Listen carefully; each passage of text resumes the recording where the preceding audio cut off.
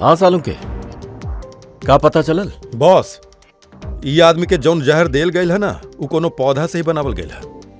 कहा इहो कोनो पौधा से? हाँ बॉस, लेकिन कौन सा जहर बा ये अभी शारिका पता कर रहल बिया। इस जहर के नाम बा रिकिनिस कम्युनिस और ई जहर पहले वाला जहर से भी बहुत तेज और खतरनाक बा।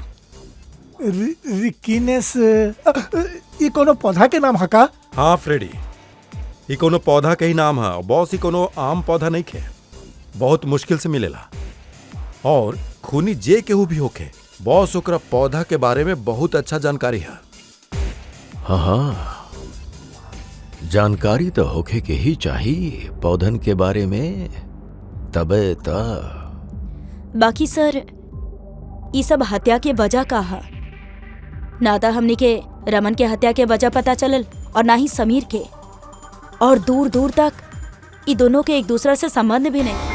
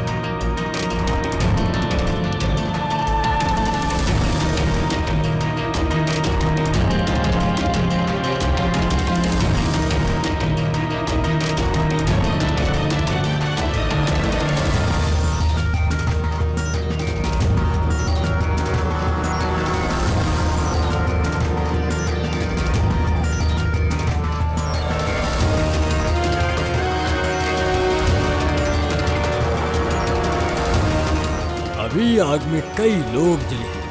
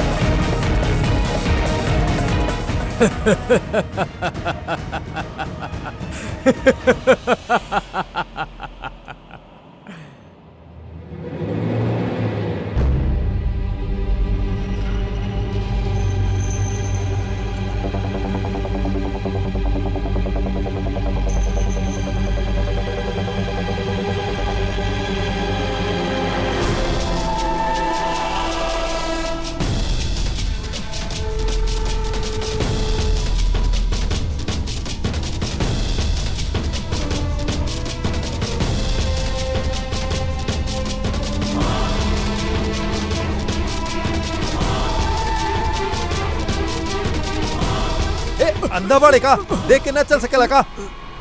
अंधा ही बानी भाई। अरे अरे भाई सॉरी, हमार छड़ी हमरा ना पता रहा।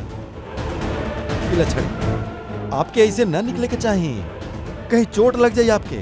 माफ करी, बाकी हमके ध्यान देवे के चाहिए। ठीक बा, आराम से जाए। ठीक है, अब चल जाए ना कि छोड़ के आए? ना ना, हम चल जाए। ठीक बा, थैंक यू।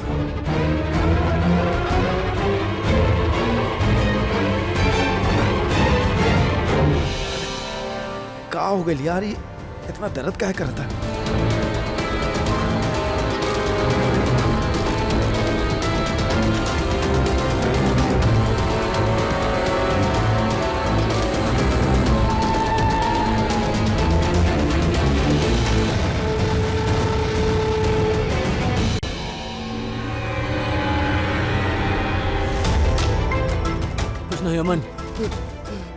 कुछ ना हुई। होल्ड ऑन अमन, पैर पकड़ा doctor injection, quickly doctor injection था, जल्दी।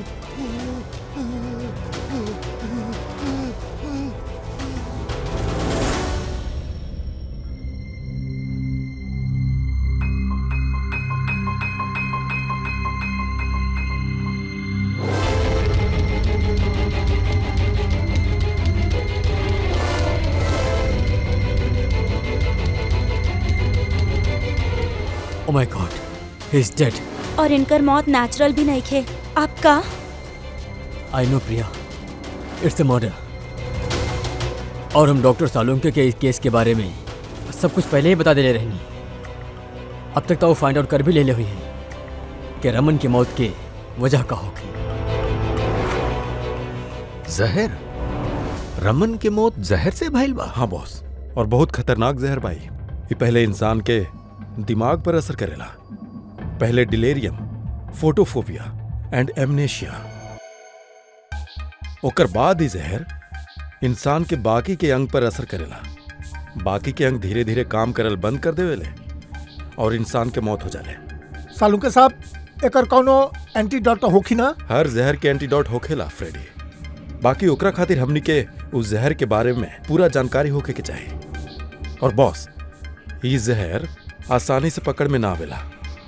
हमके बहुत सारा टेस्ट करे के पड़ल एके ढूंढे खातिर। सर, जहर देके मारा लेगो अलग बात था, और ऐसा जहर दिहल जरा से ए तरह से तड़क तड़क के मरे, ई सर चौंकावे वाला बात नहीं लागत।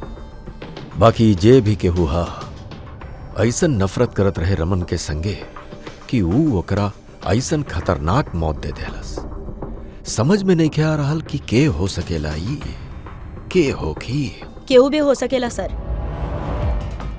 सर, रमन के जुआ के लत रहल। क्रिकेट, रेस कोर्स, सट्टा, हर तरह के जुआ। और यही चक्कर में वो 5 करोड़ के कर्जा में रहल। 5 करोड़? 5 करोड़? हाँ सर, ओके धमकी वाला मैसेज भी आयल रहे। ओकर फोन रिकॉर्ड्स में ऐसन कईयो मैसेज बा जे ओकरा बुकीज और सट्टेबाज लोगन भेजले बानी। ई देखी। सर, हो सकेला यही में से केहू के धमकी सच साबित हो गई होखी। पता ना, पर जौन तरीका से एकरा मरले बा, लगा देखी कोनो बुकी के काम बा।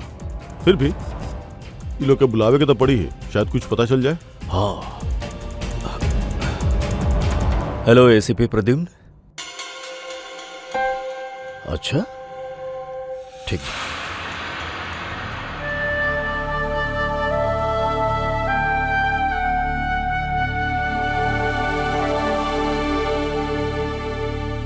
आप रमन के चचेरा भाई हितेन। हितेन केहू रमन के खून कर दिले बा। का लगत आपके के कैले होखी? हमके नहीं के पता सर। सर, बुरा काम के बुरा नतीजा एक ना एक दिन ये सब होके के ही रहे सर। अब के कैलाश कैसे कैलाश ये तो नहीं के पता सर। बाकी इतना लोगन से दुश्मनी, इतना सब लोगन के कर्जा, वही में से क्यों सर, वही में से क्यों सर। अच्छा, आपके अलावा परिवार में और के बा? माँ बारी इनकर। बाकी अब वो कहाँ पर बानी ये हमके नहीं के मालूम। ठीक है ही तेना, हमने के इन्वेस्टिगेशन अभी चल रहा बात, तब बॉडी अभी यही जा रही हमने के पास। आप अपन कांटेक्ट नंबर वहाँ लिखवा दे, जरूरत पड़ी तो आपके तकलीफ दे। आप जी सर। हाँ।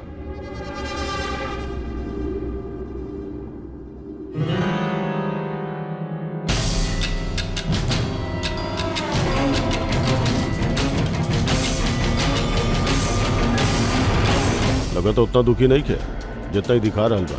हाँ, बॉडी ले जाके जल्दी ना रहा, जैसे ही बोलनी जा तो निकल गई। कौनो पूछताछ नहीं खे कब मिली बॉडी। गड़बड़ बा, गड़बड़ बा। ई हितेन बहुते गड़बड़ बा। ऐसन लागत बा जैसे ई बात पक्का करे आयल रहे कि रमन मर गयल कि नहीं खे। नजर रखा एकरा पे। रमन, रमन बेटा, रमन कहाँ भइल बेटा? रमन।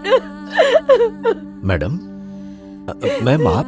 बेटा बा हमार रमन, माँ बानी हमें करवा सुंदरा।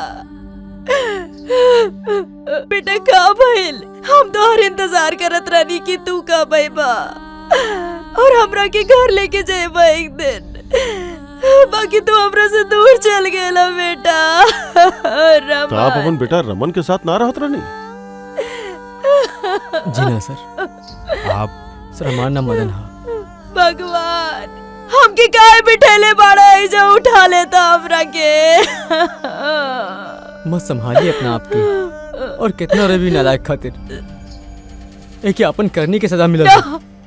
ना बेटा ऐसा मत कहा, चाहे जैसन भी रहल बेटा रहल हमार। काहे ऐसन का कैले रहे इनके संगे? इनके आपन ही घर से बाहर निकाल देलस, सड़क पर छोड़ देलस अकेला। ऐसन का है? बोलस माँ बहुत कर्जा बा, घर बेचे के पड़ी और हमार खर्चा भी उठा ना सकेला, इसे हमरा के छोड़ देलस। और फिर का करती सर, ठीक से दिखाई ना देला, कहाँ जाती हम? पड़ल रहनी फुटपाथ पर, भूखल पियासल, बेघर बेसहारा। फिर शायद भगवान के दया आ गईल और एगो फरिश्ता भेज देले उ। ओकर चेहरा त ना देखनी हम, बाकी वो हमरा अपन साथे चले खातिर कहलस और हम चल गईनी। एगो बड़ आदमी हमरा एकरा पास ले गईल। सर दरअसल हमारे को संस्था है संयुक्त वृद्धाश्रम। हम लोग वहाँ कोशिश करेंगे कि इनके जैसे बुजुर्ग के घर जैसे प्यार और सम्मान मिल सके। माँ जी हमके वृद्धाश्रम के गेट पे मिलल रहनी चिट्ठी के साथ, जौना में लिखल रहे इनकर ख्याल रखिया। बस वही दिन से संयुक्त वृद्धाश्रम इनकर घर बन गई। आज सवेरे लैंडलाइन पे फोन आयल के इनके बेटा के मौत हो गई। बस इनसे रहल ही नहीं गई। सर माँ है ना, हमारा आपसे विनती बा, एकर कातिल के छोड़िया मत सर, जरूर सजा दिलवैया, जरूर सजा दिलवैया। देखी माँ जी, हम आपसे वादा करतानी, हमने रमन के कातिल के छोड़ब ना, ओके कड़ा से कड़ा सजा दिलवाई। आप प्लीज चिंता मत करिए। हाँ, तनी ख्याल रखिए इनके। मदन, इनकर ख्याल रखिए। और एगो बात, कौनो भी चीज के आप लोगन के जरूरत पड़े तो हमनी के जरूर याद करिए। कमाल है। शारिका, हॉस्पिटल के डॉक्टर के रिपोर्ट के हिसाब से एकर जांघ पे जे निशान है ना, ये चाहे तो कौनो एलर्जी के है, चाहे फिर कौनो जहरीला कीड़ा मकोड़ा के डंक के निशान है।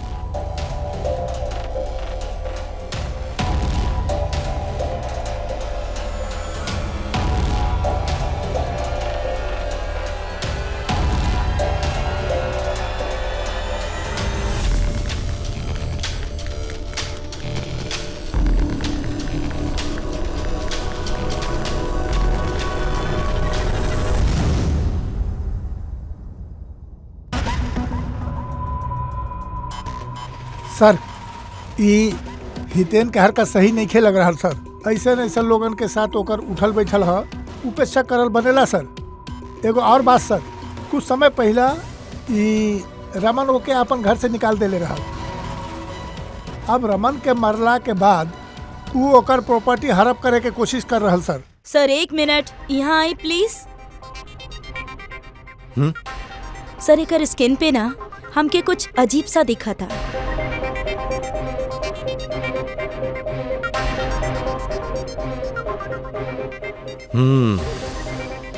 सारिका, ई जे अजीब से चीज है ना, दरअसल ई पैराफिन है। पैराफिन? अरे तो एकर मतलब बाकी जहर एकर थाई में ना इंजेक्ट कइल गइल बा। करल के उस जहर एकर थाई में ही इंजेक्ट करल तो फिर ये मोम कहाँ से आई? मोम कहाँ से आई? शारिका, यहाँ से उ खूनी जहर इंजेक्ट कैलस। दरअसल ई जहर मोम से पैराफिन से कोटेड रहा, यही से एकरी चमड़ी पर भी और एकरा खून में भी हमनी के पैराफिन मिलला। काहे कि खूनी ना चाहत रहल कि ई जहर तुरंत एकर शरीर में जाके असर दिखावे। यही से वो ओकरा के कोट कर देलस। और ई जे जहर है इसको माइन, ई एगो बायो पॉइजन है, जैविक जहर। खूनी एकरा के मोम से कोट कैलस, एकर शरीर में इंजेक्ट कैलस और फिर एकर शरीर के गर्मी से मोम पिघल गईल और उस जहर एकरा खून में मिल करके अपन असर दिखा देलस। मतलब ई जहर कोनो लिक्विड फॉर्म में नहीं खे, बल्कि पैलेट माने छोट गोली के फॉर्म में एकरा शरीर में डालल गई। एग्जैक्टली।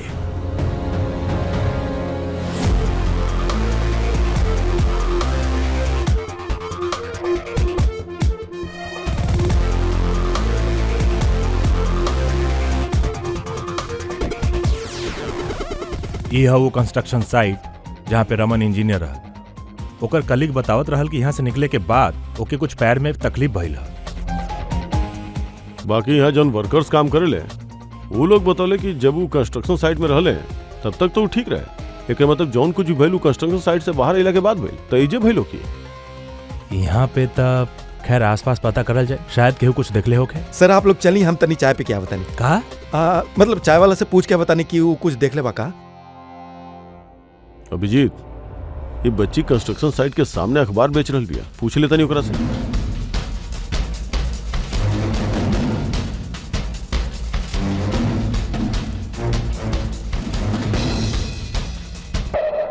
का नाम है बेटा आपके? चुटकी। चुटकी। बेटा तनी देखी, ये फोटो देखा ध्यान से। इनके जाने लिए आप, पहचाने लिए आप? हाँ, ये अंकल तो हमेशा हमरा से अखबार खरीदत रहले, बाकी 3 दिन से ना आएले। तो 3 दिन पहले आप ये अंकल के यहाँ पे देखले रहनी? हाँ, एगो आदमी के साथ ही टकरा गए रहले, इनका चोट भी लागल रहे। वो आदमी बहुत अजीब रहल। अजीब? अजीब मतलब? अरे अंधा बड़े का देख के ना चल सकेला। अंधा ही बानी भाई।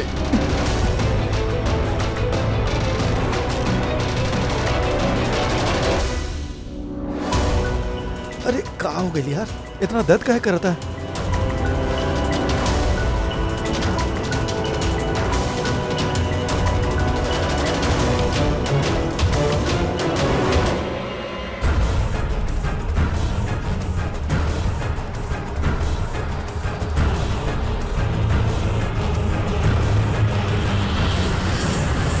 वो अंधा ना रहे और वह हमला कैले बा रमन पे।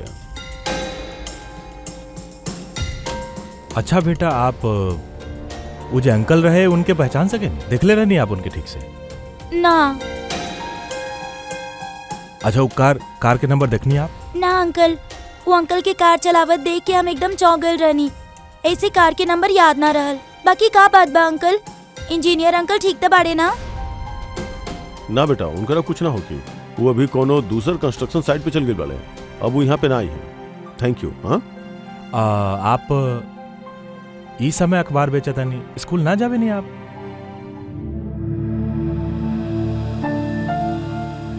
का बात है, स्कूल तो जाए के चाहिए। आप कितना इंटेलिजेंट लड़की बाड़ू। एक्चुअली हर बच्चा के स्कूल जाए के चाहिए और आपके भी जाए के चाहिए। बाकी स्कूल जाए खातिर बहुत सारा पैसा चाहिए ना अंकल? हमरा पास पैसा नहीं खे। बेटा, अगर आपके पैसा ना देवे के पड़े तो आप स्कूल जाए? हाँ अंकल, जरूर जाइब। हमरा के पढ़े के बा।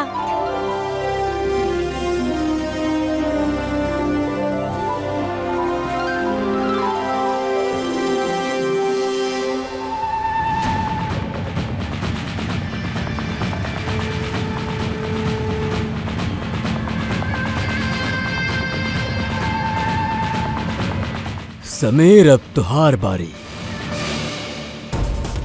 हाँ बोला। हाँ, अरे यार तेरा एक बार में समझ में ना आवेला। देखा, हम तारा पहले भी कह दिले बानी कि तू कुछ भी कर ला, हम खंडहर खातिर एक कौड़ी भी ना खर्च कर सकेला।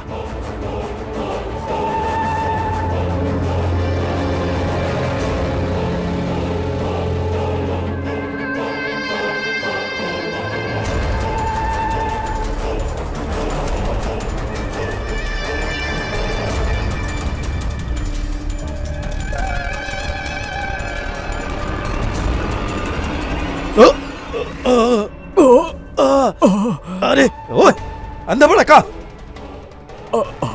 सॉरी हमार छड़ी, इला छड़ी। हमार छड़ी। I am sorry, extremely sorry. आपके कहीं लगल था ना? आप ठीक बाड़े ना? हम आपके कहीं ड्रॉप कर दी? ना ना, हम ठीक बानी, हम चल जाए। आप ठीक बानी ना? हाँ, हम ठीक बाड़े। आप संभाल के जाइए। हाँ जी, आप संभाल के जाइए। ओके, थैंक यू।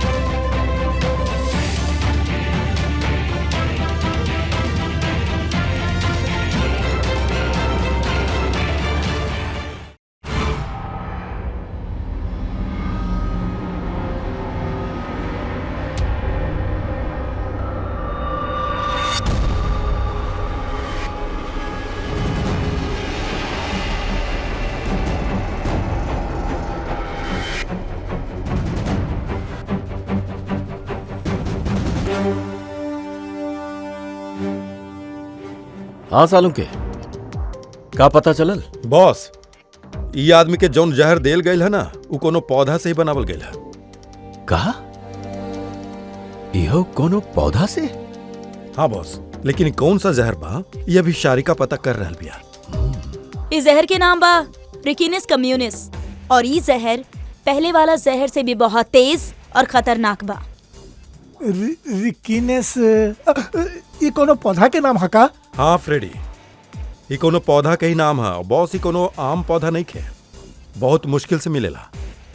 और खूनी जे केहू भी होखे, बॉस ओकरा पौधा के बारे में बहुत अच्छा जानकारी है। हाँ, जानकारी तो होखे के ही चाहिए पौधन के बारे में, तबे त। बाकी सर, ई सब हत्या के वजह का है? ना तो हमनी के रमन के हत्या के वजह पता चलल और ना ही समीर के, और दूर दूर तक ई दोनों के एक दूसरे से संबंध भी नहीं थे। सर, समीर और रमन के बीच में एक चीज तो कॉमन है। कहा? माय गॉड, त ई हाउ कड़ी जे समीर और रमन के जोड़े ले? तका दोनों एक्के गलती कैलस? जी सर, रमन के तरह समीर भी अपन बूढ़ा और कैंसर पेशेंट पिता के घर से निकाल देले रहा। हमने उनके बारे में छानबीन कैली और ऐसा शख्स से मिलनी जे समीर के पिता के ढूंढने में मदद भी कैलस और एक केस के एगो नया मोड़ देलस। के बाऊ?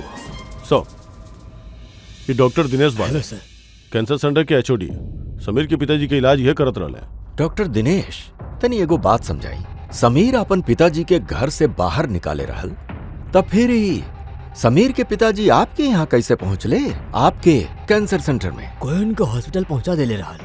हम हॉस्पिटल पहुंचले ही रहनी जब हम उनकर देखनी इस चेयर पे बैठ के कुछ बड़बड़ात रहले, हाथ में लिफाफा रहल। हम पूछनी कि के बाड़ा, बाकी इनके कुछ भी याद ना रहल। हम उनके हाथ से लिफाफा लेनी, पैसा के अलावा उमें कुछ चिट्ठी भी रहल। उमें लिखल रहे कि इनके कैंसर है और हम इनके अपने यहाँ एडमिट करके इलाज शुरू करी। एडमिशन खातिर डिपॉजिट के रकम लिफाफा में है और इलाज के पैसा भी हॉस्पिटल के अकाउंट में ट्रांसफर हो जाए। उनकर उम्र और हालत के देख के हम उनके एडमिट तक कर लेनी। बाकी हमके चिंता रहे अगर पैसा ना मिलता, बाकी भगवान के शुक्र है अगला ही दिन इलाज के पूरा पैसा 10 लाख रुपया अस्पताल के अकाउंट में ट्रांसफर हो गए। 10 लाख रुपया के ट्रांसफर कैलस? सर 100% खूनी देले होके। सर, बैंक डिटेल से पता चल जाए। पता चल गई एक्चुअली पैसा समीर के वाइफ रत्ना दिले रहल सर। ये सब हमार गलती बा सर। हमरा वजह से समीर की जान चल गई।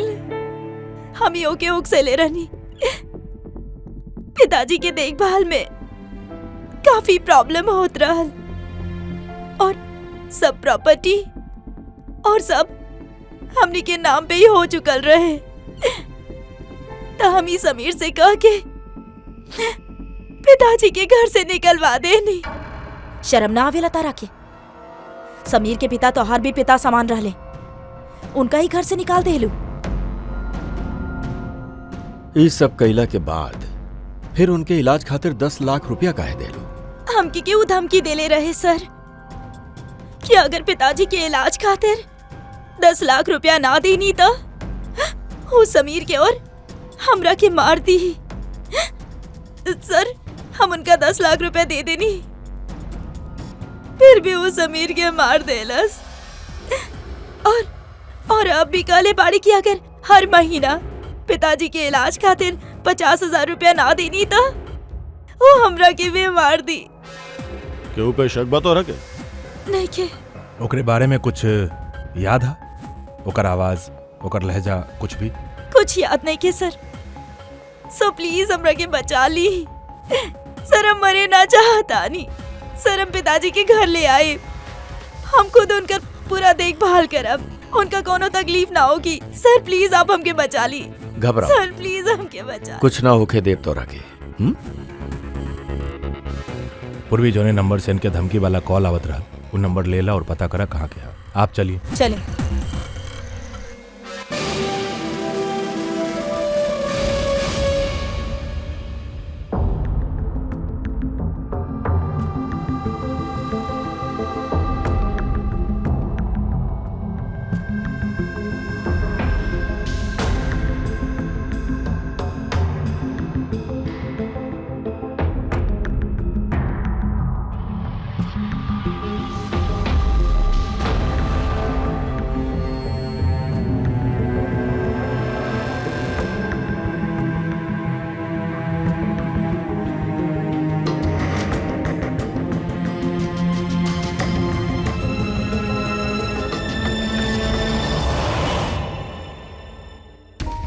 सर हमने इतना सब एंटीडोट्स बना लेनी, बाकी एकर का गारंटी है कि खूनी यही में से कोनो जहर इस्तेमाल करी। अब कुछ भी हो जाए हमने खूनी के दिमाग तो ना पड़ सके नी ना। तहार बात एकदम ठीक है शारिका, बाकी एक बात समझा तू, खूनी इस पौधा के जहर निकाल करके इस्तेमाल कर रहा पौधन के पहले से भी ज्यादा तेज जहर हर बार बना बता। त हमनी के हमेशा चौकन्ना रह के पड़ी, पता न वो अगला बार कौन से पौधा के जहर केकरा पर इस्तेमाल करे, पता न केकरा पर, कब, कहां, कैसे, कौन से पौधा के पता नहीं के।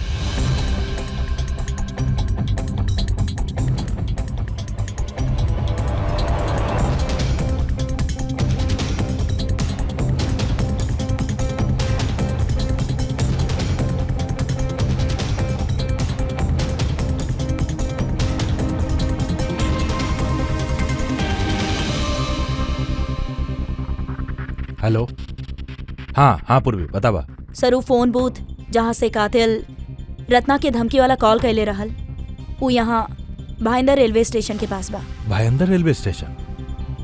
वहाँ तो बहुत भीड़ भाड़ रहेले, जाहिर से बात है वो ब्लाइंड मैन के वेश में तो कैले ना होके, बहुत मुश्किल है पता लगाए। सर केहू के कुछ पता तो नहीं खे, बाकी एगो खास बात ई बाकी ई कॉल सवेरे 11 से 12 के बीच कैल गए हा, और रेलवे स्टेशन के पास एगो बस स्टैंड भी बा जहाँ से बस जाले पूना। स्टेशन भी पास में ही है, वो ट्रेन से भी जा सकेला और बस से भी। चला कौनो बात नहीं के देखल जाए।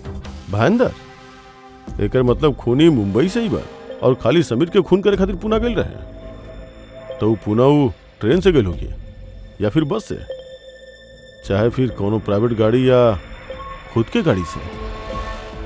उहे था सर, खूनी के पता रहल कि हमने रत्ना तक पहुंच जाए और ये कॉल वाली बात खुली, यही से वो हमने के गुमराह कर रहा सर, खेल खेल रहा हमने के साथ। हाँ खेल खेल रहा बा। बाकी सर हमने खूनी तक पहुंचल कैसे जाए? हमने के पास तो ओकर खिलाफ कोनो इन्फॉर्मेशन नहीं है और हमने के इहो नहीं के पता कि ओकर अगला शिकार के होखेला। पंकज, इससे पहले कि खूनी अपना शिकार तक पहुंचे, हमनी शिकार ओकरा सामने डाल दे हा। ये घटना आज सवेरे 10 बजे के हा। मुंबई के गोरेगांव रेलवे स्टेशन पे एगो बुजुर्ग रेल के नीचे आके अपन जान देवे के कोशिश कैलस। वहाँ मौजूद लोग उनके बचा ले। आई जानल जाई कि उ का वजह है जो एगो बुजुर्ग के ई करे पे मजबूर कर देलस। छोड़ दाम रखे हमके काहे पकड़ के रख ले बाड़ा, हम ना जिया चाहता नहीं, का करब हम जी करके। बाकी आपके साथ भइल कहा, आखिर आप काहे मरे के चाहता नहीं? का भइला? हमरा साथ का भइला? हमके हमके हमके हमारे इकलौता बेटा घर से बाहर निकाल देला धक्का मार करके। हम अपन बच्चा के इतना प्यार से पालली पोसली और वो हमरा के घर से निकाल देला। ये तो बहुत दुख के बात है। आखिर का हो गई हमने के आजकल के पीढ़ी के? आपका बेटा करेला का? करेला स्कूल में जाला। टीचर है? नहीं के पढ़ेला, स्कूल में पढ़ेला। अभी 8 साल के ही तबा। जी का कहनी आप? का कहनी हम? आपके बेटा कितना साल के है? कितना साल के है? आप कहले 8 साल के है। हमार बेटा 8 साल के है। वो हमरा के घर से बाहर निकाल देला सा। सुन ले आप, इनकर दावा है कि इनकर 8 साल के बेटा इनके घर से बाहर निकाल देलस। आखिर का वजह है? कौन है 8 साल के बच्चा? रेल के पटरी पे जान देवे के कोशिश करे वाला बुजुर्ग के 8 साल के बेटा के पता चल गइल बा। दरअसल 33 साल के सॉफ्टवेयर इंजीनियर है। बुजुर्ग के दिमागी हालत ठीक नहीं के, इसे अभी ओकरा के 8 साल के बच्चा ही समझेले। उनकर बेटा अमेरिका में रहेला और उनके घर के बाहर निकाल देलस। ओकरे बाद ही बुजुर्ग अपन जान देवे के कोशिश कैलस। आई उनके बेटा से पूछल जाओ कि आखिर वो ऐसा काहे कैलस। सर एक सवाल सर का सच है कि आप अपन पिताजी के घर से बाहर निकाल देले बानी? सर आखिर आप ऐसा काहे कहनी? आपके एक बार भी बुरा नहीं खेला? हाँ निकाल ली हम, और बुरा भी नहीं खेला। आप जाने ले इनके, आपको वो झेलने बानी इनके अल्जाइमर्स की बीमारी है। हम पागल हो गए बानी इनका ख्याल रख के। हमारे खुद के एगो लाइफ है, हमार वाइफ है, हमार फैमिली है। हम क्या करी? कब तक पैसा दे के ट्रीटमेंट के काम करावत रही? हम पैसा ही नहीं कि हमारे पास सब खत्म हो गए। हटा यहाँ से। अरे छोड़ दो हमार पीछा, कहीं दूर चल जा हमसे। परेशान हो गए आपसे हम। ये तमाशा यहाँ खड़ा कर दिला। खुश हो गईला? चल जाई हमके छोड़ के यार। सर कब वो आप भी तो छोट रहले ना। ये आपके पाल पोस के बड़ा कैले, ये लायक बनैले, और आप इनके घर से बाहर निकाल देलस।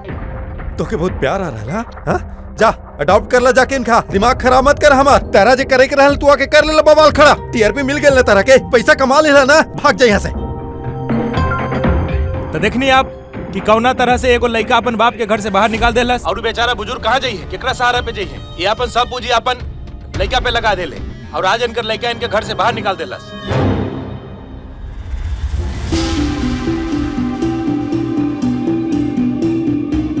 थोड़े बचल बा गुब्बारा ले ला जल्दी।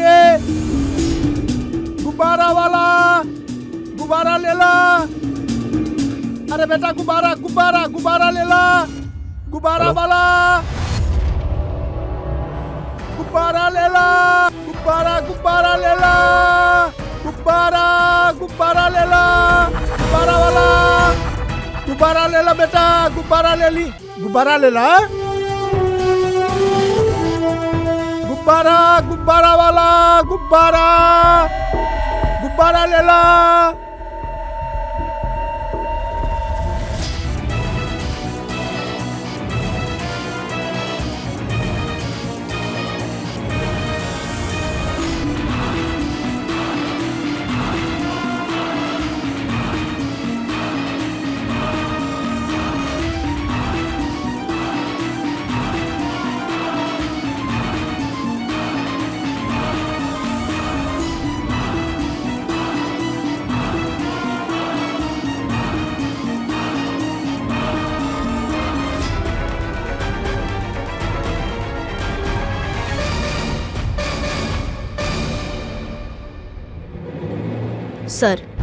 सर एगो आंधा बिल्डिंग के तरफ आ रहल बा।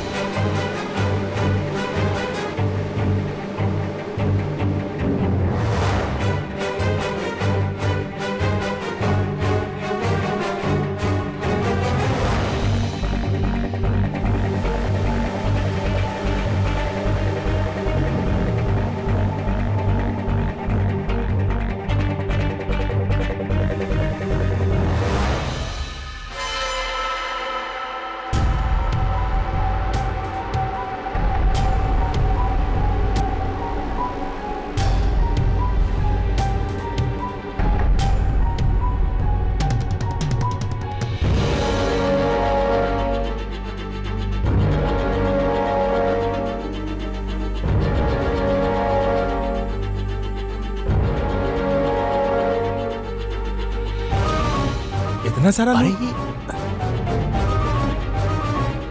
सर इतना सब अंधा एक साथ? हमने तो एगो सोच रहनी, यहाँ तो 8-10 निकल ले। लागत आई कोनो चाल बा। आप लोग की जाएगी कहाँ? एक मिनट आप सब रुकिए। एक मिनट। आप सब आप लोग काहे ले यहाँ पे? हाँ का भाई? यहाँ आँख के फ्री चेकअप होके वाला हा। संपत बानी आप? संपत? ओहे बुलैले रहे हम लोगन के। देखिए यहाँ पे ऐसा कोनो शिविर नहीं के संपत के है, कौन बोले साहब के? ओहे तो बुलैले रहे यहाँ पे।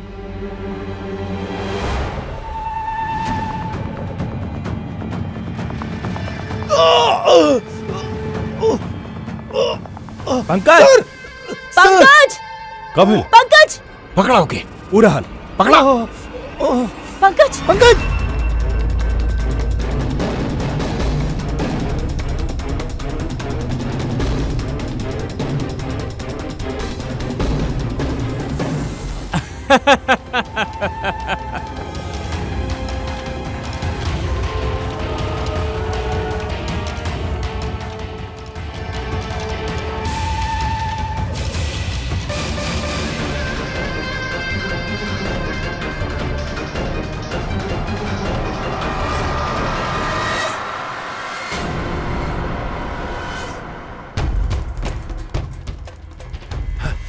पंकज तो आके कुछ ना हो भाई। पंकज, एकरा के एम्बुलेंस में लेके चला।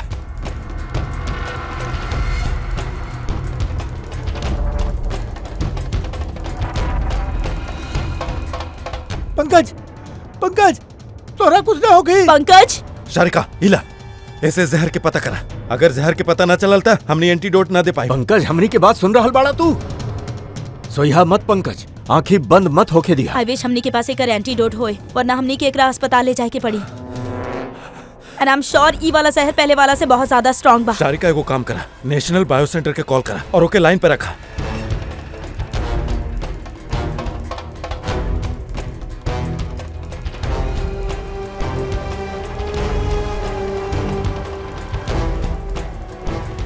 Pankaj don't worry, Pankaj.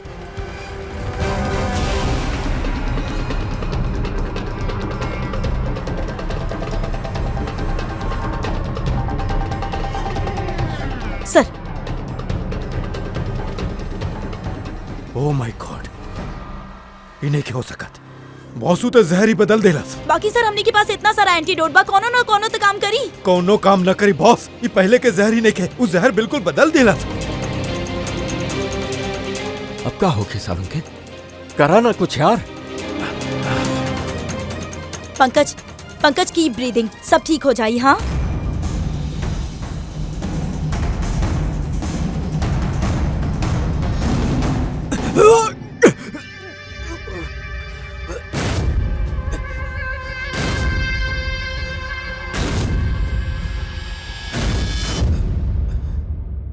सर हमारा नाम मदन हा।